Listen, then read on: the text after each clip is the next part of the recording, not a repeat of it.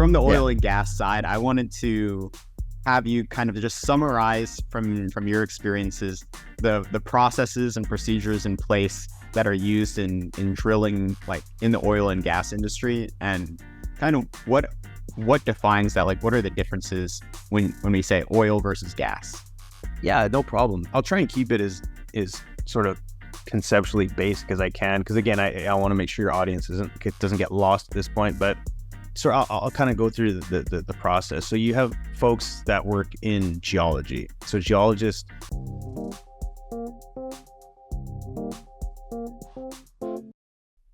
right. Hello, everyone. Welcome to today's podcast episode. Here with me is Praneeth, my co-host. And today we talked with our guest, Justin Gauthier. And actually, I saw Praneeth had already talked to him about 2 months ago without telling me. So yeah, do you want to tell us about that? I don't know if I didn't tell you, but I wasn't trying to hide it from you. But yeah, it was pretty cool. One of my mentors, I set up this introduction between Justin and I. We had a great conversation, and he ended up inviting me onto his podcast called Wicked Energy.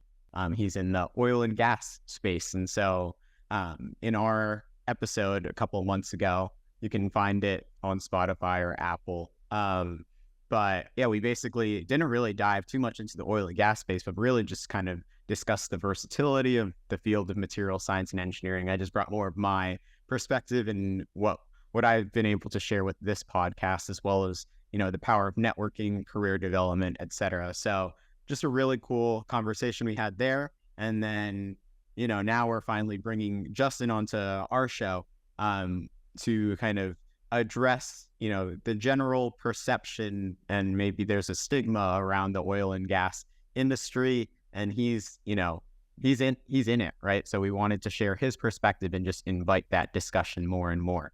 So it was very interesting kind of hearing his thoughts on how do people feel about the oil and gas space, the economics of it all, and maybe a mindset shift or a new perspective to take on. In particular, he was talking about how now, like, executives for these oil and gas companies, they are trying to, you know, while still meeting the demand that we have around petroleum-based products, try to lower the emissions and make things more efficient. And he wanted to just invite that discussion of how do we potentially, as MSEs, you know, address that if we were to enter the oil and gas industry. So that was probably my favorite aspect of the discussion, but I wanted to get your thoughts too.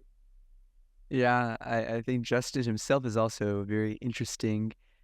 He started right out of high school as a technician on a field, and then has worked his way up considerably, also going back for multiple degrees. So hearing about his story was very intriguing, especially because both his parents, I believe he said at least his father dropped out of high school, I believe. So it was very interesting to hear his journey and going back to school and working his way up with a singular goal. So I thought that was very fascinating to hear about him. And I think that it's a very interesting argument because it is a tightrope where we need energy to live our lives as we currently know it. But at the same time, we want to try to reduce emissions and become more green. And so I think that he discusses the intricacies a bit about that, and how for right now we need it whether we like it or not. And so we have to make it as good as we can while also looking for alternatives, and nothing can solely sustain us. So it looks like gas and oil will be here for a while, so might as well make it as green and efficient as possible. So I thought those are interesting points. And yeah, he at the very end says he's very open to discussion, so you can message him on LinkedIn and talk more about his points of views, and he's always happy to dive further in with you. Yeah. So we had a long discussion about it. So without further ado, let's get into it. Hey, everyone. Welcome to the It's Material World podcast. So for this week's special guest, I'm happy to introduce Justin Gauthier, U.S. business strategist at AES Drilling Fluids. So Justin has been involved in the oil and gas industry for nearly 20 years. He started in the industry as a maintenance technician before earning his diploma in petroleum engineering technology from the Southern Alberta Institute of Technology. Justin then went on to work in several drilling engineer roles before moving to sales and business intelligence. And during his time in this area, he earned his Master of Science in Global Energy Management from University of Colorado, Denver, which is a small part of what enables him to succeed in his current business strategy role. Along the way, Justin has worked on several podcasts of his own, including the Oil and Gas Onshore podcast, the Flowline podcast, and his current one, Wicked Energy, which I had the pleasure of joining a little while back. So that was a really fun episode. So Justin, thank you so much for coming on to the show. It's a pleasure having you. Yeah, no, thanks for having me on. It's I've never heard someone explain my kind of the history like you did, so I'm humbled. Doesn't sound like me, but I guess it is. And to be not even just to be a regular guest, to be a special guest. I'm definitely special in many ways, so thank you. Awesome. Well, yeah, let's jump right into it. I think we want to first dive in on your professional journey. It really is kind of a inspirational story of how you've worked your way up from a technician, picked up a few degrees, and you kept on climbing. Could you briefly describe first your inspiration for working in the oil and gas industry, and then second, how your goals have changed as you continue to gain new experiences and gain new degrees? Yeah, no, it's a great question, right? It's like you always kind of want to hear the journey and the story. I guess when I was 18, well, about to graduate high school, I'm originally from Canada. I grew up in Canada on the West Coast, Vernon, British Columbia, which is like 5 hours from Vancouver. You know, in high school, there was two things I wanted in life: perks and paychecks.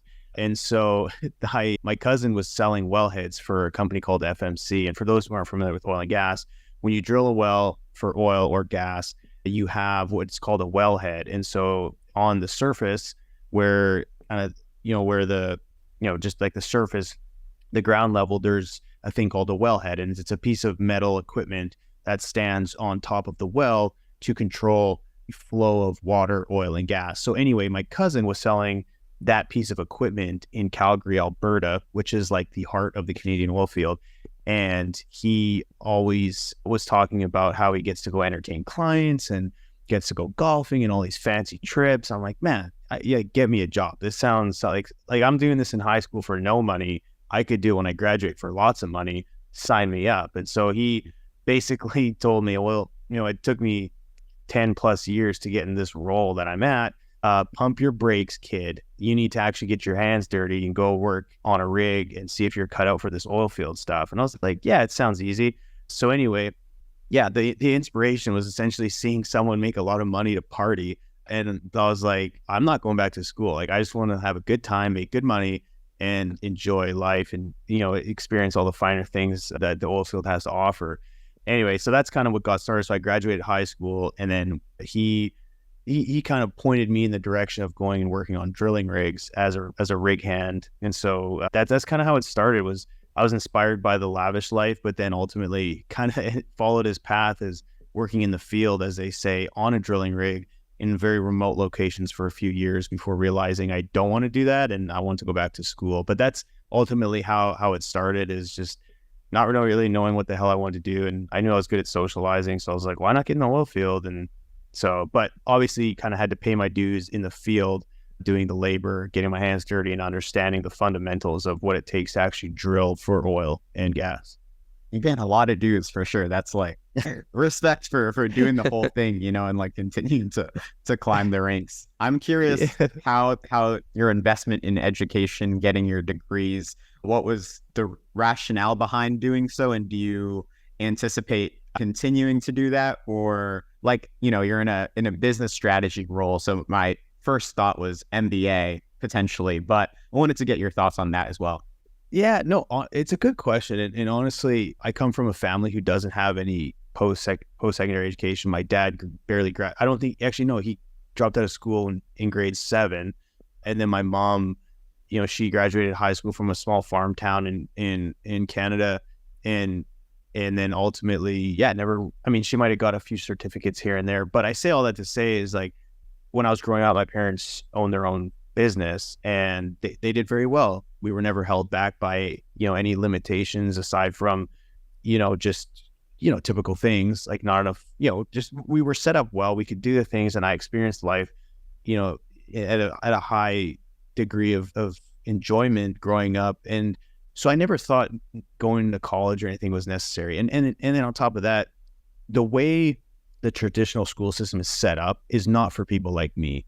If like all I wanted to do was socialize, all I wanted to do was like have little side hustles in school, sell things to my friends, like I always figured out a way to hack the system, and I didn't really care about what was being taught. I cared about the social aspect of school. Now, I guess you could argue that that's, I learned a lot in the public school system, but like in the traditional sense, like I don't remember a single thing from high school.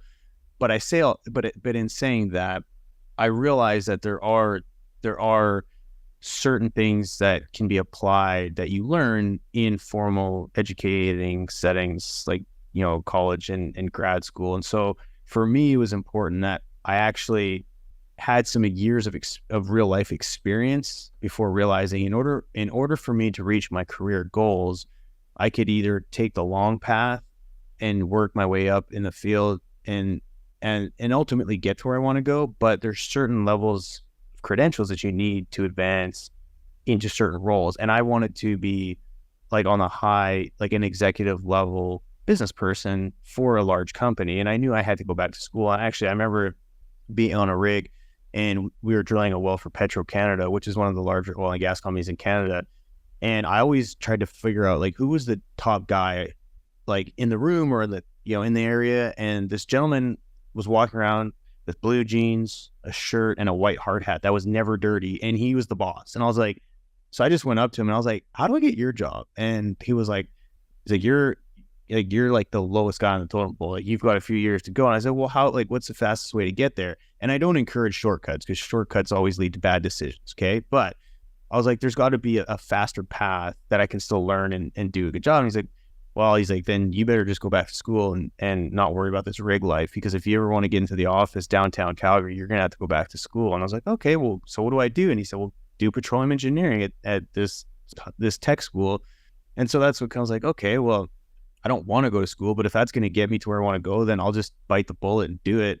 And so, again, it's a long answer to a short question, but there was things that I learned in school that really helped me with like some certain hard skills. Like this sounds funny, but like I learned how to be really good at Excel going to college, which has helped my career tremendously because I got good at running Excel and understanding how to build things on Excel that ultimately I could organize data and deliver data in a way that gave me a bit of a competitive advantage in being in a technical role.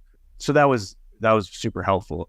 And then grad school, there was a ton more on that piece, but the education piece, again, like some people are cut out for school, some are not.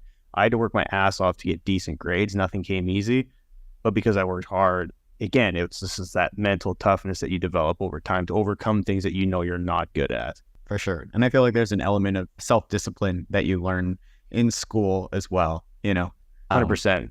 Yeah. So let's pivot because I want to discuss podcasts on this podcast. You mentioned that you've had experience with 3 podcasts, and I just wanted to hear your perspective on how those podcasts have helped with your kind of professional development, or how has it helped within your career, and what is the impact that you're trying to make with your latest podcast, Wicked Energy, in terms of, just what was the goal with all of that? No, that's a good question. I'm going to answer the last one first because I think it's the most important. And you said, what was the purpose behind Wicked Energy? So some people like myself, and I guess for folks like yourself, we have a responsibility, especially in oil and gas, to educate people as the importance of why oil and gas is so important and how it impacts every single person's lives on a daily basis. And so for me, being in the position that I am, I've gained knowledge. And again, I don't claim to be an expert at anything, but I have a pretty good understanding of how it all works, to where I feel like I should be sharing my expertise and using my network of professionals that have a ton of experience and are highly educated and who have a bunch of experience that can also educate people, with the ultimate goal of helping people learn to make better decisions about energy, whether that's voting, whether that's understanding that like why it's important to turn off the light if you're not using it, especially right now. I mean, like record level temperatures, understanding like how trying to be a little more energy efficient in your home could actually save lives. Like, I mean, that's an extreme case, but I think I have a responsibility to educate people and use technology to do that at scale. And then into my innate sense of curiosity, like, again, like I said, I don't claim to, like, I feel like I'm the dumbest guy in the room in most cases. And so I always try and like punch way above my league in terms of people that that come on the show, so that I can learn from them, which ultimately I can take what I learned and my audience learns to then kind of spread the good word, if you will. So that's kind of what Wicked Energy is about, is educating through thought leadership, having constructive conversations around energy and what it's ultimately going to take to power the world, because energy consumption and energy demand is only going to continue to increase, which is, I mean, anyone who's even somewhat educated, or at least can just kind of take a step back and think, like, there's so much more that's going to be needed just from this day forward. Like, the energy that the world consumes today will never be the same. It's only going to increase. And so how do we get there? Because energy poverty is a real thing. And, again, kind of going down a rabbit hole, it's important to talk about these issues, because where does the money flow? Well, it needs to flow in ways that helps the world come out of energy poverty. So anyway, that's one point. And then, kind of answering another question, how has it helped my professional career? Again, it's for the folks out there who are just getting started in their careers, or maybe still in college, or who, for really a bit, anybody, networking is the most critical thing I think anyone can do in your career. You can only rely on your hard skills for so long before they become commoditized, and it's only becoming, it's exponentially, like, the rate of that happening is becoming faster and faster because of technology. So jobs don't necessarily come and go, they just transform. Like, ultimately technology is going to take jobs, but it's also going to create jobs. But I say all that to say is, like, throughout your career, you're going to be working with people that either put in a good word, either start companies, because the reality is there's not that many good, talented people who have lots of good skill sets. Some folks are good at one thing, some folks are good at others, but there's very few who kind of have the full package. So if you're one that, like, your strengths, and you've worked with someone, you develop a strategic relationship with someone, and not necessarily in a transactional way, but, like, we all form relationships, and the reality is we only mathematically, we can't build good relationships with everyone we come across. But to have intuitive, to have a level of intuitiveness to know, like, okay, this person I really should keep in touch with because they're going places, and I want to make sure that I'm part of their circle, that to create opportunity. And so I'll say all that in like one sentence is, the podcast has increased the surface area for opportunity to land on. That's basically the way I would sum it up. I think there was another question regarding podcasting, but I forget. Was there another one? I think you really answered it. I think the only other element was just kind of like, what are your goals now moving forward with the Wicked Energy podcast? Yeah, that's a good question to just educate and inform and entertain.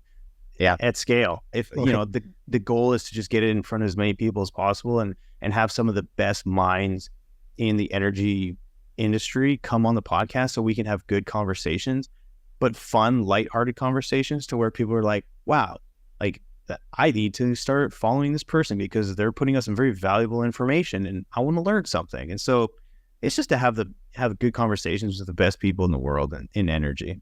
Yeah, maybe one last question on your journey is just that, so you worked on 3 podcasts, you've gotten multiple degrees, but it seems like since the very beginning, you've been very singularly focused on what you want.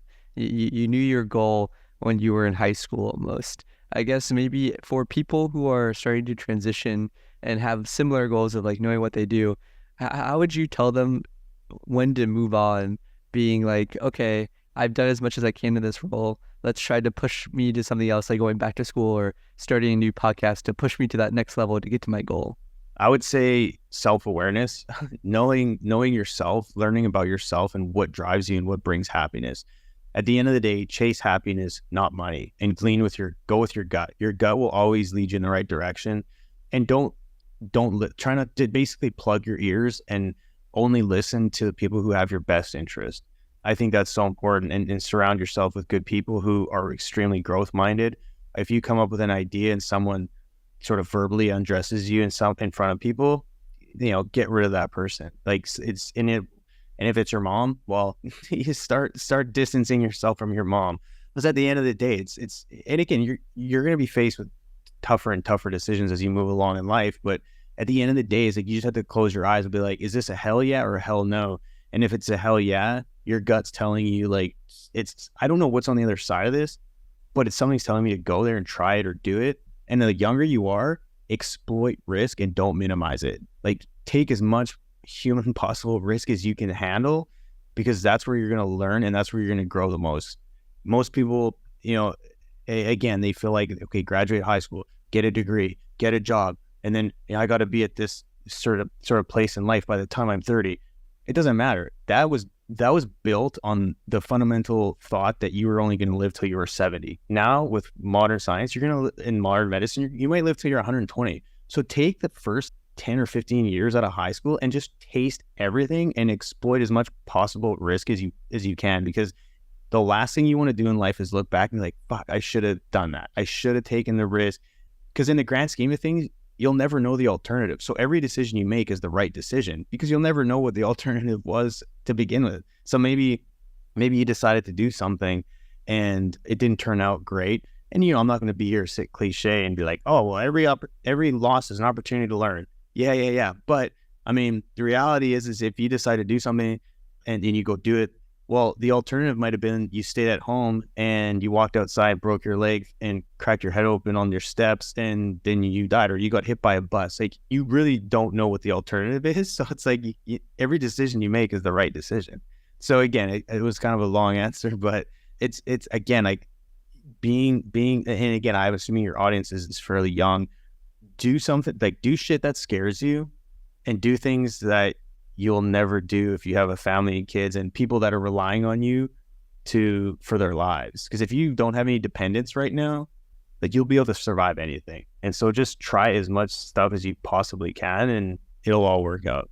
For sure. I love that. There's like really nothing I would add to that, because I wanted to emphasize those points of like growth happens out of your comfort zone, right? And then there's also like a regret minimization framework as well, of just when you're looking back at your life, how can you make decisions where you feel like you'll minimize that regret as much as possible? Yeah. So I love that, Justin. Yeah. And the one thing I'll say is like, when you're younger, you might like, oh, I regret like drinking that much last night and stuff like that. Like that's a good regret. But taking regret in terms of like opportunity, I mean, for me, sometimes I look at it, it's like the pain of doing something and failing will never exceed the pain of not trying in the first place.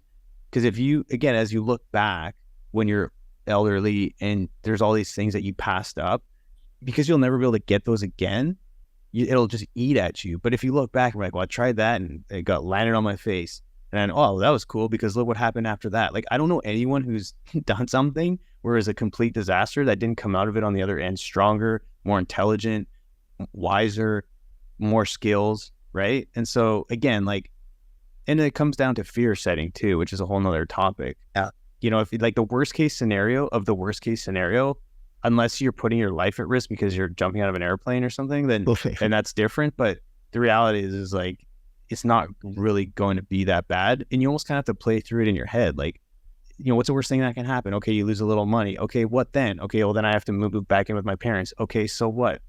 Oh, well, but my friends will judge me. Well, then get rid of your friends. There's like, yeah, who cares?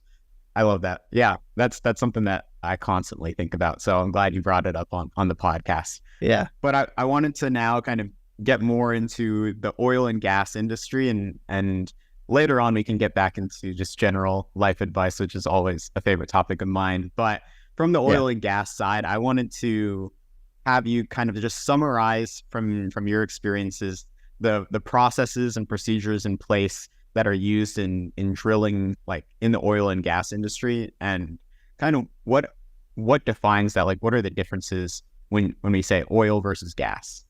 Yeah, no problem. I'll try and keep it as sort of conceptually basic as I can, because again, I want to make sure your audience doesn't get lost at this point. But so I'll kind of go through the process. So you have folks that work in geology. So geologists go out and they figure out where to drill for oil. Well, then once you've identified these areas, you set up a big machine called a drilling rig.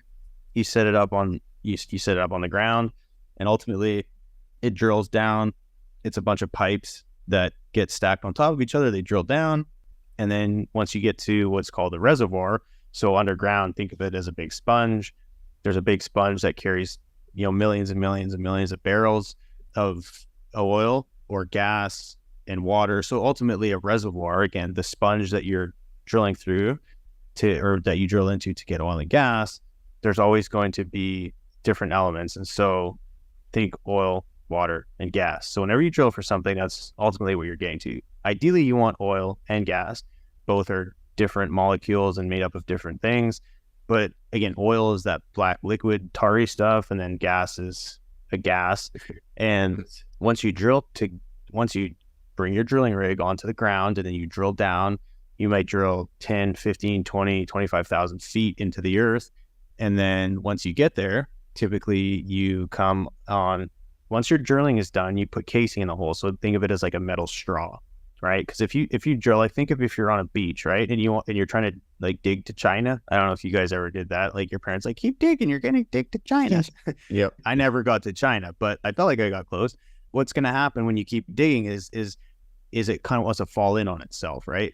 If you're digging a hole in the sand, well, it's the same thing with when you're drilling. Is if you drill and there's a lot of pressure and down hole. So what's going to happen is if you have a void space in the ground when you're drilling, and when I say drilling, it's typically you're drilling like 12 and a quarter, so 12 inches, and then you might narrow that down to 8.5 inches in diameter, and then the final stage of a well typically is like around 6.5, 6.75 inches in diameter, so not very big.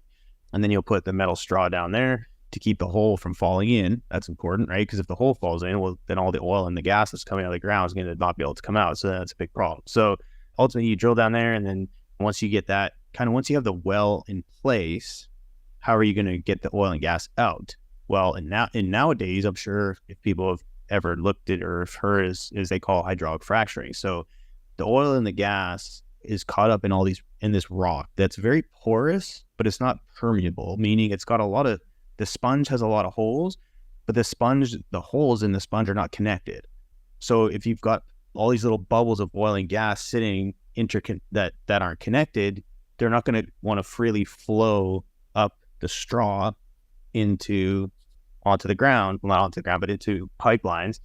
So you have to fracture them. So what that means is they go in afterwards and they put tools down hole in the subsurface where the sponge is, and they essentially pump a lot of pressure, like a lot of fluid, mainly water, and then sand and polymers to essentially fracture all the rock, and then the sponge basically becomes connected. So then the oil and the gas and the water, which comes with that, can flow freely up the straw into pipelines, which then go to separators to separate the oil and the gas and the water.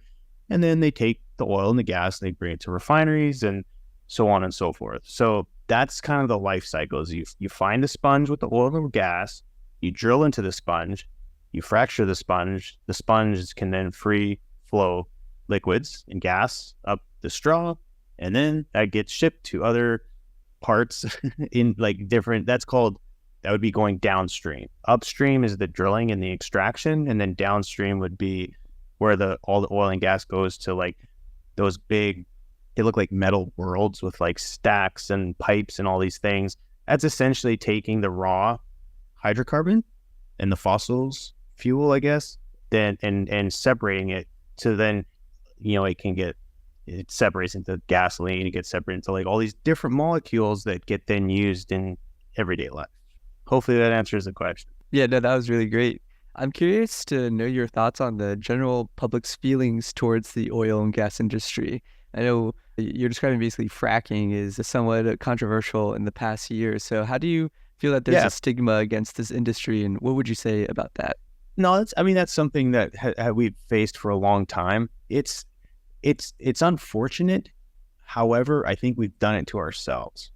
We've always been the ones to say, "Ha, I told you so. You need us." And we've always, I say always, but like oftentimes. So I'll back up. When oil and gas got started, it was done by a bunch of wealthy folks who were like very capitalistic and money hungry, but their intent was good. It was like it was the free market. They figured out a way to make a lot of money on this material that the world wanted. So if the demand is there, let's supply it and make a shit ton of money while we do that. Well, generally speaking, and again, people don't like people who just make a ton of money and who kind of like turn their backs on other people. Not to say that's what happened, but the perception was like, here, well, these oil people are just making all this money and what are they doing? And then over time, it was like, oh, well, climate change. Well, what's causing climate change? Oh, CO2 and all these greenhouse gases. Well, where is that coming from?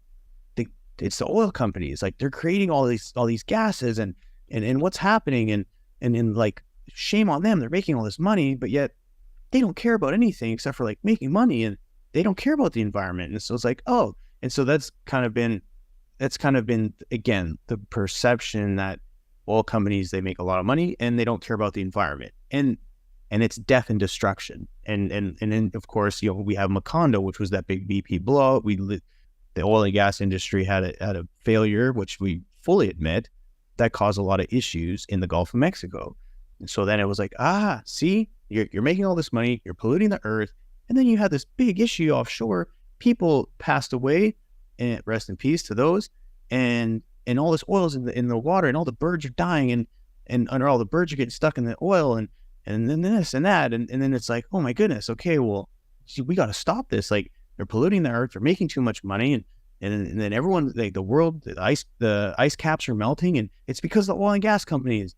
But meanwhile, everyone is enjoying the world we live in, that we have air conditioning, we have heat, we can drive places, we have clothes, we have cell phones. So it's like there's a massive disconnect with like if people typically who complain the most still use a lot of the very things that are required in life that are brought to you by, guess who? The petrochemical space. Petrochemicals come from the ground. They're the backbone of almost every material we use. So to answer your question, a narrative has been built. And even if you look back at like just movies and kids' stories, anytime an oilman is represented in some plot, there's greed, there's like, he's wearing a cowboy hat and he's mean to everybody, or like, you know what I mean? And there's just been this narrative that's been built around oil and gas folks. Why? I'm sure someone could like better explain it than I could. But here's another. I'll give you firsthand experience.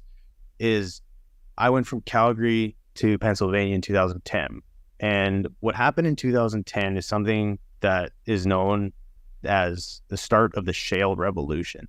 Oil and gas companies, mainly one person, realized, his name's Aubrey McClendon. He was the CEO of Chesapeake Energy. They're one of the biggest natural gas companies in the U.S., or natural gas exploration companies. And he realized that if you went into the rock and drilled horizontally and then fractured it, you could extract a ton more oil and gas. Well, what that did is it started the shale revolution, and all the plays in the U.S., all the like big reservoirs and all the big sponges, if you will, finally got extracted, and in a way that with technology you could extract way more. And so what that did was that helped the U.S. become a net importer of oil and gas to a net exporter. And that's extremely important. So if anyone out there who's interested, Google energy or Bard or ChatGPT, whatever you use nowadays, type in energy security, and then that'll give you an idea as to why it's important for us as a country to leverage our own resources instead of having to depend on other parts of the world. Anyway, saying all that, so in 2010, the shale revolution starts. In Pennsylvania, Ohio, West Virginia, it became like one of the biggest gas producing areas of the US. Well, I moved there. And so at the time, Pennsylvania and their economy up there wasn't doing very good. I mean, it was kind of the industrial age kind of had passed up. And so Pittsburgh was more like tech and health and everything else, and healthcare, I think. Well, I went there and it was like, oh, like, you don't sound like you're from here. I'm like, oh no, I'm here. I'm in oil and gas. And right away they're like, you're in oil and gas. You're like, you can't be around here. Like, you're taking our jobs. You're ruining the environment. And I was like, okay. I'm like, so how so? And they're like, well, you're fracking these wells and you're polluting the water. And I was like, well, how does that happen? And they're like, well, you're pumping all these chemicals into the ground and then it's going into our water. I was like, okay, so how? Because from my understanding, and I work in the industry, like, we're doing this like 10 or 12,000 feet below surface, and we actually like have isolated these water, where your water comes from underground. Like, we've actually isolated that to make sure the chemicals don't get to that. And the movie you watched on YouTube talking about how they're lighting their water that's coming out of the tap and it's chemicals, that happened like 10 or 15 years ago too. And so, like, I'm confused. Oh, and you own a haircut spot? And I don't see anyone in here except for me. So I'm spending money at your establishment, helping you generate revenue for your small business. And we're not here because I don't want to live here forever. I want to help create an opportunity for someone else to come and I can educate them, to which then your friend who lives down the road who's unemployed maybe could come work and they could take advantage of the opportunity. And oh, okay, the light bulb finally went off. It's like, oh, you're here to create jobs, educate people, and then, oh, we're going to become like the tax advantages for producing a bunch of natural gas in our state. That actually helps our economy. And oh yeah, you're here and you're paying taxes. Oh, what does that do? That creates revenue for the state and the government. And so once you kind of like educated someone and people in a kind way, not just like, we're here to make money and then we're going to leave, it quickly sort of turned the sentiment around. But people just had, they drew conclusions based off of headlines that were created by reporters that were trying to build a narrative around, well, I don't get to take, I don't get to reap the benefits of all this stuff that's happening. So shame on you. You're polluting the earth and you're polluting the water. And so it just becomes this like kind of tug of war, which is not conducive to growth at all, right? So again, like, I think the sentiment around oil and gas is the people who speak loudest about it haven't done enough research on their own to understand really what it's all about. And it was obvious too when gasoline prices were through the roof, people blamed oil and gas companies for setting the prices too high. But what people don't realize is like Conocos and Exxons and that, they don't set the price for gasoline at the pump. And I'm not going to go into the economics, but if you even Google that, you would learn like, oh, it's not necessarily those companies that are setting up price. It's called supply and demand. More demand, less supply, prices go up. It's like the fundamentals of economics, right? And so once you start applying these fundamental rules of economics, you can quickly find out that oil and gas companies don't set the supply, or they don't set the demand. The demand is set by us, the consumer. So if the demand for a product or a service is there, someone's going to fill that demand with their supply. So if we wanted to stop these big bad oil and gas companies from doing all this harmful work, let's stop consuming so much stuff. Because if not, the demand's going to keep rising. So then we're going to depend on the rest of the world to meet that supply. And what is that? It's oil and gas. So that's again, like, that's kind of once you start understanding economics or dive into why are we polluting the earth so much? It's because we consume too much shit. So then I want to get like into the discussion of those like sustainable alternatives, and in particular, what is the perception within the oil and gas industry as they're like, we've even interviewed a bunch of guests who are kind of pursuing those like, or developing those like bio-based polymers as replacements for petroleum-based products, And so I wanted to get your thoughts on on the innovation that is happening with the purpose of creating more sustainable alternatives. And yeah, just get your thoughts there. No, I think it's great. I love it. I mean, I think it's a game of, it's not a game of us or them. It's a game of us and them, and togetherness, we will provide energy to the world. So the ones who, I guess, speak loudly against renewable energy, and sometimes they have an argument, just like anyone does. If you have enough data to support an argument, then you can create an argument, right? And so I see all that from me in my position. The reality is oil and gas are finite resources. To sit here and say we need to extract as much as humanly possible right now would like put the world in a tizzy. You would have cheap energy prices and cheap goods likely for the foreseeable future, but for the generation of my kids and if your future kids, if you decide to have them, and then their kids, that puts them in a bind. So why not? And that's when you hear about like sustainability, right? Like the goal for any oil and gas company, and again, I live in this world. I talk to a lot of executives. I talk to a lot of managers. Their goal is to like produce the lowest amount, but that can generate the greatest returns while trying to balance the market. Because if we were just allowed to just drill and extract as much as humanly possible, we don't have enough capital investment to do so, but we want to savor it as much as possible. So if we want oil and gas and the benefits that come with all of that for generations to come, we have to find a way to do it sustainably. And by that, it's meaning don't produce too much, produce enough to meet demand. But in the meantime, let's come up with these alternatives. That way we can savor this beautiful thing that God or whoever you choose to believe in has created for mankind. So that being said, I am all for renewable energy, alternative fuels, because all that's going to do is it's going to savor those hydrocarbons for use at a greater time, or save them for when we really need them, i.e. war, i.e. who knows what. Like there's so much that it goes into, but I think it's important for folks to realize is it's going to take all of the above.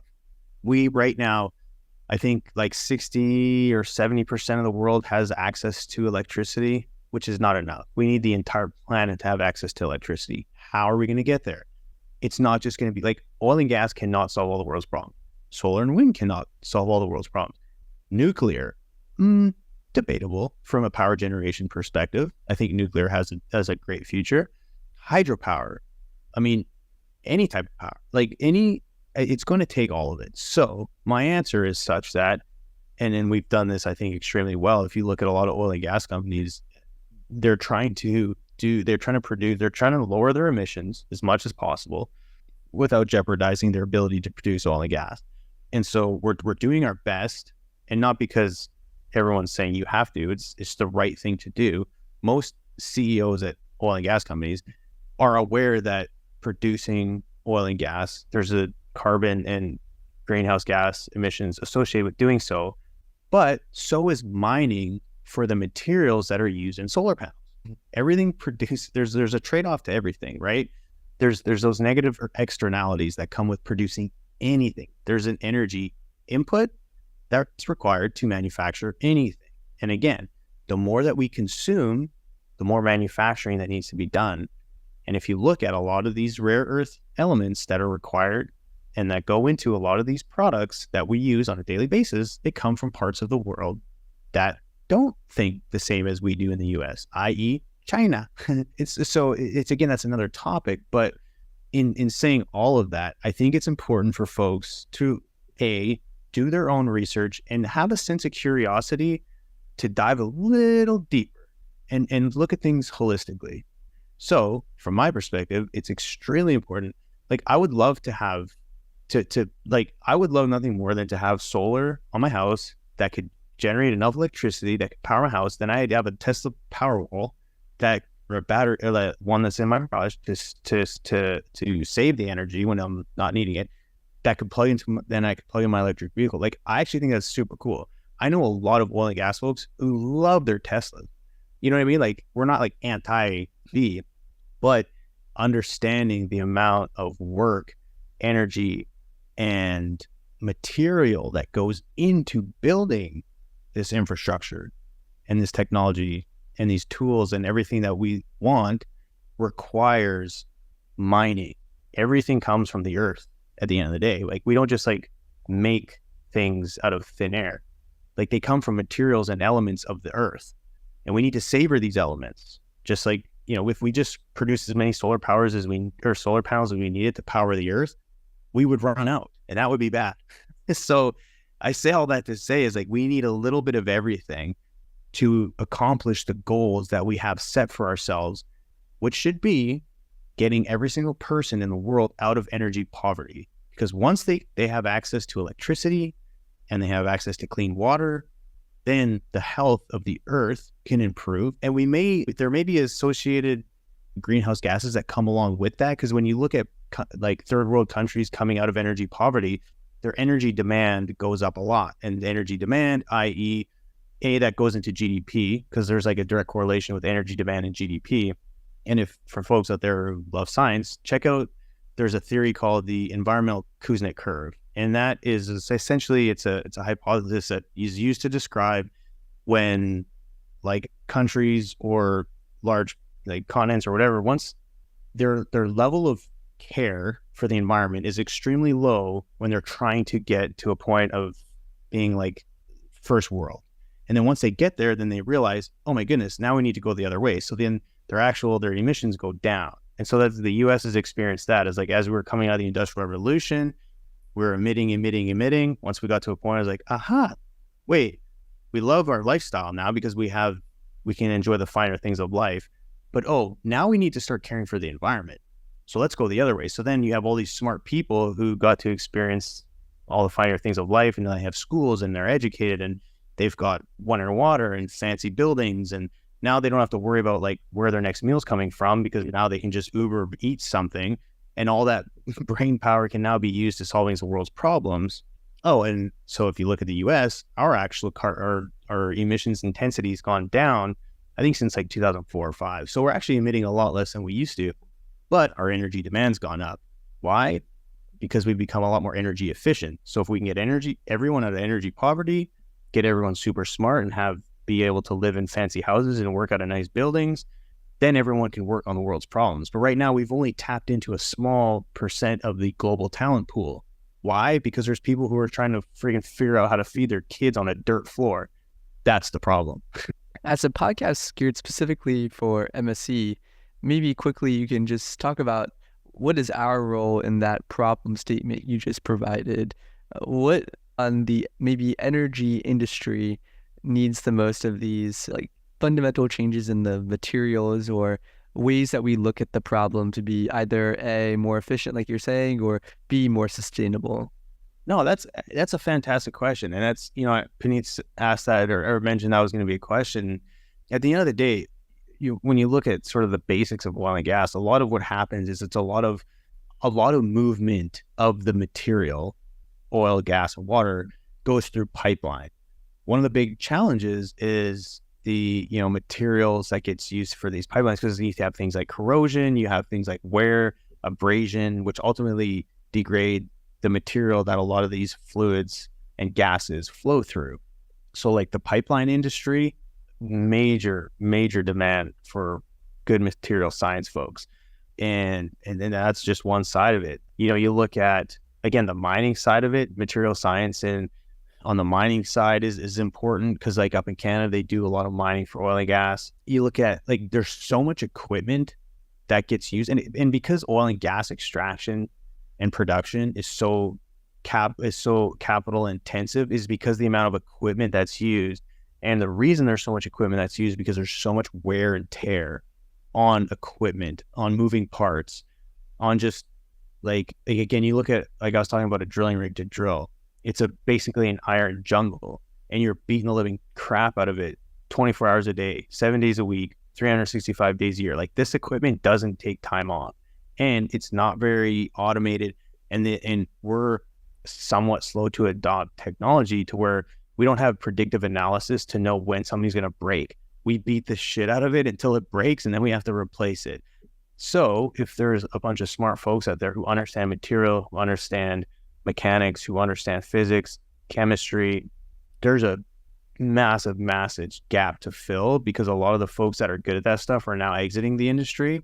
And because big bad oil and gas has had a hard time attracting talent, because everyone wants to go work at a lot of these technology companies and a lot of different companies, which again, I totally understand. Like, I would want to go work for a Google or an Amazon or, one of these like really kind of like socially accepted companies because they're doing well in the tech, So again, it's like, oh, like, let's go here.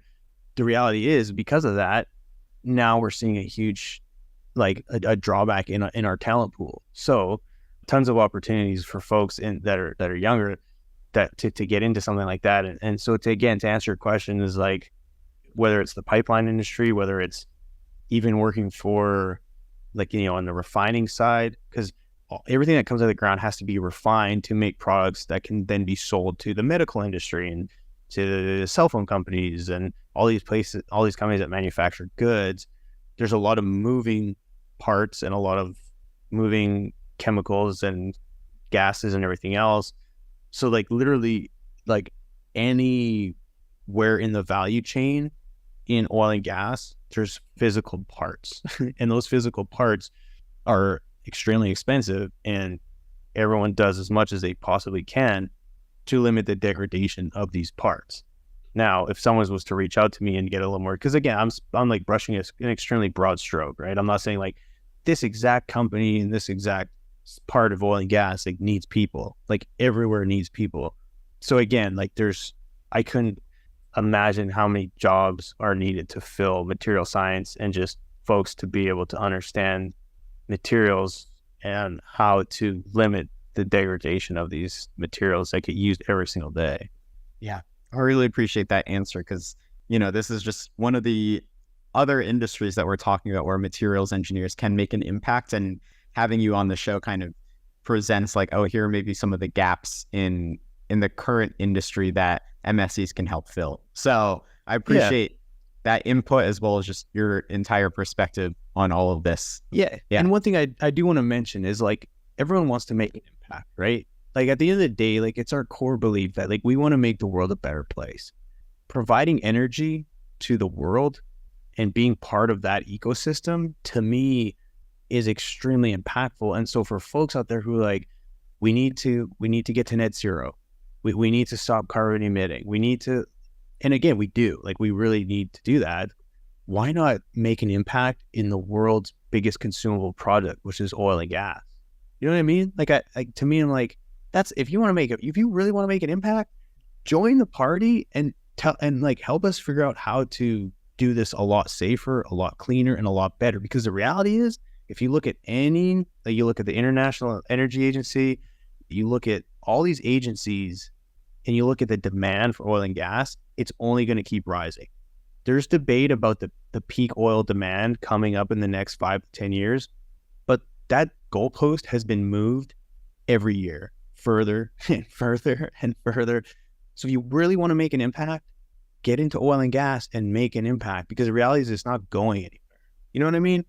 Yeah, for sure. It's definitely a new perspective that is like, you can enter it with the goal of potentially making it more emission efficient, if you will, and that's, instead of just saying, okay, they're the bad guys, just immediately ignore it and not do anything about it. So it is definitely an interesting perspective, for sure. Yeah. And again, we are not perfect, but I don't think anyone is. You know what I mean? Like every industry does things that undermines perhaps their core values, not because they intend to, but it's just the natural trade-off of industry and capitalistic markets. So again, excuse us for making a lot of money, but so did Apple during the pandemic.